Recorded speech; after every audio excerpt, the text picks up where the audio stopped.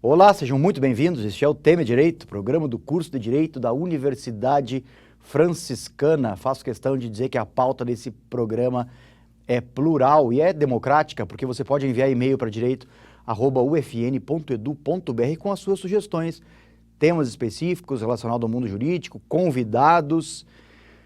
Como temos hoje aqui uma grande presença, meu querido professor Bruno Seligman de Menezes. Seja bem-vindo, meu amigo. Muito obrigado, professor Cristiano. Uma honra sempre retornar aqui para conversar um pouquinho sobre temas atuais e importantes do mundo das ciências criminais. O senhor é frequentador assíduo do programa, professor? É isso? Pela generosidade do senhor, que sempre convida para debater aqui. É porque a conversa sempre é boa, sempre é agradável.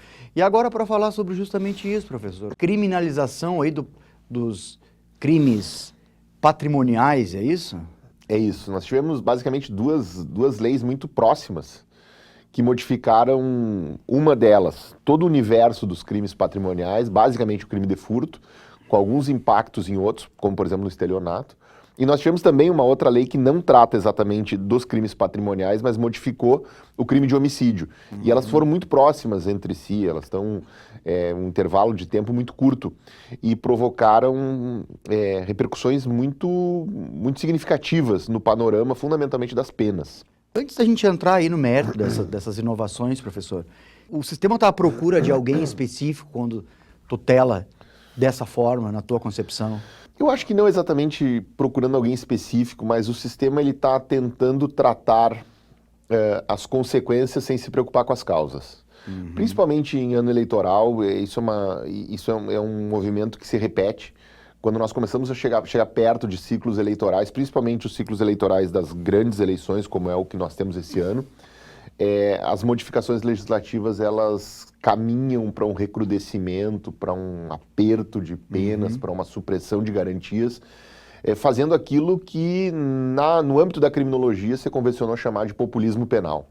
Então, são respostas ineficazes, mas elas são simbólicas, e em anos eleitorais elas parecem ações concretas. Na visão da sociedade isso é algo interessante, porque o sujeito vai ser punido com uma pena mais dura e tal, mas dentro do direito penal, do estudo da criminologia, como é que vocês visualizam esse tipo de fenômeno, assim, numa perspectiva crítica? Um verdadeiro desastre, porque quando a gente começa a examinar os crimes, fundamentalmente os crimes patrimoniais, a gente percebe que a investigação deles ela é muito falha, e a responsabilização dessas pessoas é muito insuficiente.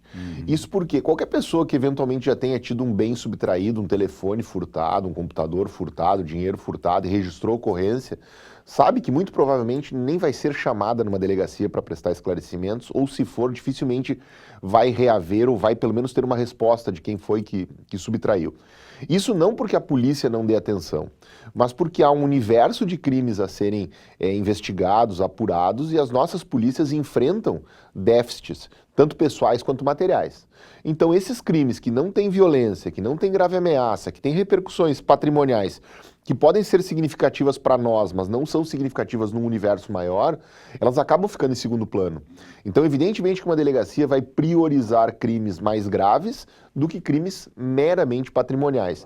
Então, isso faz com que nós tenhamos aumentos de penas significativos. Nós tivemos, por exemplo, agora, o aumento de pena para o furto de animais domésticos.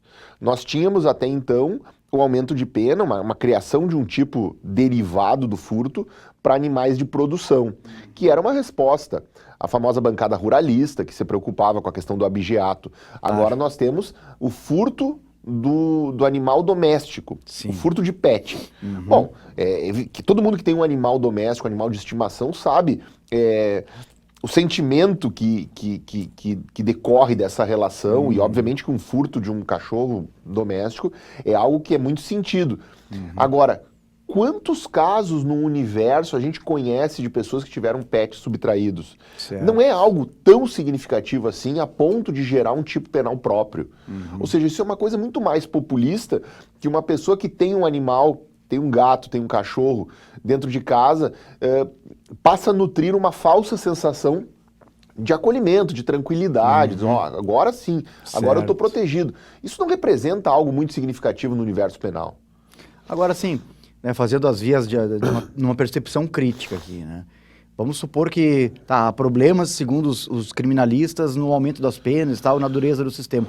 Que solução que se traria para esse tipo de caso? Na verdade, isso aqui vai gerar, evidentemente, um aumento de pena, vai gerar uma restrição na questão da privação da liberdade, porque é importante entender que o nosso sistema de punição ele é escalonado, ou seja, a pessoa vai ter a liberdade privada quando as penas forem maiores, ele vai ter um regime semiaberto com penas intermediárias e um regime aberto com penas menores. Na medida em que eu elevo as penas, eu suprimo direitos, a pessoa perde o direito, por exemplo, da suspensão condicional do processo, a pessoa pode perder o direito de acordo de não persecução penal, e isso a obriga a responder um processo, e se for condenado a um processo, principalmente nesses crimes com penas maiores, eles vão gerar uma supressão concreta de liberdade. O que faz com que aquele sujeito que cometeu um pequeno furto, ainda que algo significativo para quem foi subtraído, mas sob a perspectiva social é algo não tão determinante assim, essa pessoa vai cair dentro do sistema carcerário e daqui a pouco ela sai de lá pior, porque ela sai de lá cooptada por uma organização criminosa, devendo favores. Então, dentro dessa perspectiva, não nos parece adequado esse tipo de crime receber esse tipo de tratamento, porque ele acaba agravando o problema e gerando aquilo que a gente sabe o que acontece, que esses crimes eles acabam se destinando a uma parcela muito significativa da sociedade. Sim. E aí entra naquela sua primeira pergunta. Exato. Ou seja, quem é que incorre nesse tipo de crime? Acaba incorrendo, na verdade, uma observação, muitos incorrem, mas quem acaba sendo pinçado pelo sistema penal são aquelas pessoas vulneráveis, aquelas pessoas que são desprotegidas pelo sistema. Porque há casos aqui, por exemplo, dentro dessa dinâmica dos furtos, na questão dos abigeatos, a gente pensa o sujeito que encosta uma caminhonete na beira de uma cerca e carneia uma vaca, mas nós temos grandes proprietários que modificam a marca de animais lindeiros e passam para a sua propriedade. Dificilmente a gente escuta falar de processo envolvendo essas pessoas. Sim. Então, essas questões elas precisam ser bem postas. Vamos aproveitar o gancho da tua observação, dessa última observação, falar um pouquinho do sistema penal brasileiro, né? Hoje nós temos um monitoramento total, os números estão aí, são públicos, né? Nós sabemos quantas pessoas estão presas no Brasil, quantas estão presas por tais tipos de crime. Nós temos crimes contra a vida, nós temos crimes contra o patrimônio, contra a liberdade sexual, etc. Como é que tu vê esse cenário todo como um professor de direito penal hoje? Bem, nós, questão de pouco mais de 10 anos atrás, quando você começou a ter esse mapeamento um pouco mais concreto, lá no Ministério da Justiça ainda, em 2014, e depois isso passa a integrar também números do CNJ, e aí esses dados começam a cruzar de uma forma um pouco mais precisa.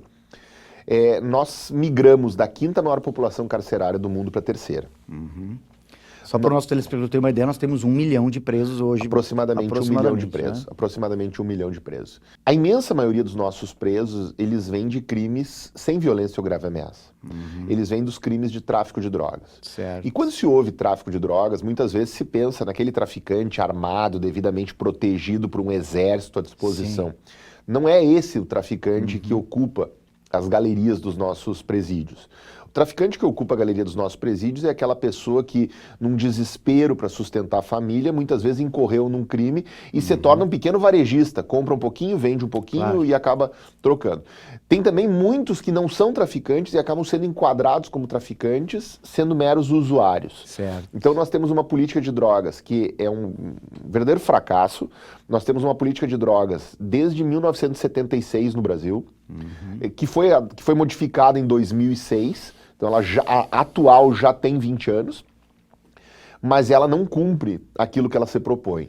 A nossa política de drogas é uma política que veio do modelo norte-americano de guerra às drogas, lá no modelo Nixon, que foi estabelecido nos anos 70 nos Estados Unidos, mas que o governo Obama abandonou, inclusive, a nomenclatura. O War on Drugs, que era o que norteou essa política, ela foi expressamente abandonada pelo governo Obama. Foi uma medida política do governo Obama. Mas nós seguimos com ela. Sim. Então os Estados Unidos modificaram completamente a forma de enfrentar isso. Existe não apenas a descriminalização das drogas, como em muitos estados a própria legalização das drogas. Sim. A cidade de Nova York, por exemplo, é um exemplo que as pessoas caminham nas ruas e tem cafés que vendem maconha livre e abertamente, porque é uma situação legalizada. Nós seguimos aqui numa postura um tanto quanto mais moralista, né, mais conservadora com relação a isso, e isso repercute não apenas naquele pânico moral, naquela questão coletiva que a gente teme pelos nossos filhos, pelos nossos amigos próximos das drogas, que é aquilo que foi incutido em todos nós desde a infância, mas repercute diretamente no sistema carcerário. Ou seja, quando a gente vai examinar o universo de presos, a gente vê que uma fatia muito pequena é de pessoas condenadas por homicídio, uma fatia muito pequena é de pessoas condenadas por crimes sexuais, que são verdadeiramente os crimes que detém uma parcela mais significativa de reprovação social. Certo. E uma parcela muito maior de crimes sem violência. Crimes que poderiam ser tratados de outras formas. É evidente que aquele traficante que exerce um poder violento, armado, que oprime, que impõe medo, que comanda territórios, ele se insere dentro do crime que merece uma reprovação maior. Mas o pequeno varejista que vende no portão da sua casa, ele precisa de um tratamento diferente. Nesse contexto todo, nos diferentes tipos de crime, nós temos condenados que estão cumprindo pena privativa de liberdade, nós temos os que estão na rua com tornozeleira eletrônica e nós temos os que estão na rua sem tornozeleira eletrônica. Procede isso, professor? Procede. O mapeamento com tornozeleira, o monitoramento eletrônico, ele evoluiu muito nos últimos anos. Antigamente, a pessoa colocava uma tornozeleira e tinha uma antena dentro de casa que impunha um limite físico a ela ali. Hoje isso tudo é mapeado por GPS. Então, há pessoas que elas estão com tornozeleiras e existe o que se chama de cidade aberta. Ela pode transitar pela cidade, mas não pode sair do perímetro da cidade. Certo. Pessoas que têm trabalho, que precisam se deslocar. Então, são ferramentas importantes para diminuir esse encarceramento massivo. Certo. Primeiro, porque diminui o custo do Estado. As pessoas se preocupam sempre muito com o custo, né? Quando dizem assim, eu estou pagando para aquela pessoa estar presa. Bom, mas a pessoa não está presa porque ela quer. E, aliás, não é todo mundo que recebe auxílio reclusão, né? Esse é um ponto muito interessante de falar daqui a pouquinho sobre ele, professor. Então, assim, primeiro ponto é esse. O Estado não paga para essa pessoa, ele não está sustentando essa pessoa. O Estado não está pagando alimentação, o Estado não está pagando saúde para essa pessoa, é ela que está se virando, vamos dizer assim. E o segundo ponto é que, e me parece até mais importante do que o próprio pagamento em si, que é a evitação de essa pessoa ser corrompida por organismos criminosos dentro de um presídio dominado por facções. Bom, sobre o auxílio reclusão, esse é um ponto muito importante, que nós também tivemos uma lei recente agora, que é a lei que se chama o Marco Legal do Combate ao Crime Organizado, conhecida como Lei Raul Jungmann. Ou, no meio jurídico, ficou conhecida como Lei Antifacção. A Lei Antifacção ela já tem diversas discussões de inconstitucionalidade já protocoladas no Supremo, independentes de julgamento naturalmente, mas um dos pontos trata do auxílio reclusão. Certo. E ela diz exatamente que o membro de facção ultraviolenta, e nós vamos ter uma dificuldade de estabelecer o que é uma facção ultraviolenta, porque é um conceito subjetivo, Sim. Tá? Com risco até de recairmos em movimentos sociais e criarmos um outro problema ainda, mas diz que o membro de facção ultraviolenta não fará jus ao auxílio reclusão. Certo. E isso foi dito pelo próprio presidente da República quando sancionou a lei, dizendo que o criminoso precisará pensar nos seus familiares. Ou seja, nós estamos rompendo uma baliza histórica do direito penal, que é o princípio da intranscendência das penas. Certo. Ou seja, nós estamos fazendo que um castigo se projete sobre seus familiares. Recentemente eu preparei uma aula sobre esse tema e eu fui atrás desses dados. Perfeito. O auxílio reclusão, ele atinge... primeiro, é importante que você diga que não é todo mundo que tem direito. É só aquelas pessoas que estão com carteira assinada na época e são contribuintes do INSS. São contribuintes do regime da Previdência, mas não é qualquer contribuinte, é só aquele que aufere pouco mais de 1.900 por mês. Então, se nós temos um salário mínimo de 1.600... Nós temos uma faixa muito pequena de pessoas aqui, contribuintes, que fazem jus ao auxílio reclusão. Pelos dados que eu levantei, 3% somente dos apenados recebe. 3% dos apenados. E o senhor sabe quanto por cento do orçamento da Previdência isso impacta? 0,001. Isso é fundamental a gente dizer aqui, porque as pessoas acham que todo preso recebe auxílio reclusão e isso vai ser destinado para a família dele e tal. O orçamento da Previdência, ele deixar de pensar livre, né? Ele está na casa de 3 trilhões de reais. E o custo do auxílio reclusão no último ano foi de 11 milhões de reais. É um valor insignificante. Sim, 3%. Né? Professor, eu quero agradecer a tua presença aqui. Nós tínhamos assunto para falar, olha, por uns 4, 5 programas. Mas já fica o convite estabelecido para as próximas. Muito obrigado. Está aceito já. Eu já disse para o senhor que o senhor não me convida, o senhor me convoca. O senhor é um antelote aqui do curso de Direito. Professor, agradeço e parabéns pelo trabalho que o senhor vem desenvolvendo aqui no curso. Muito obrigado, professor Cristiano. Agradecemos a você também pela audiência. Fique ligado nos próximos programas da TV da Universidade Franciscana. Até a próxima.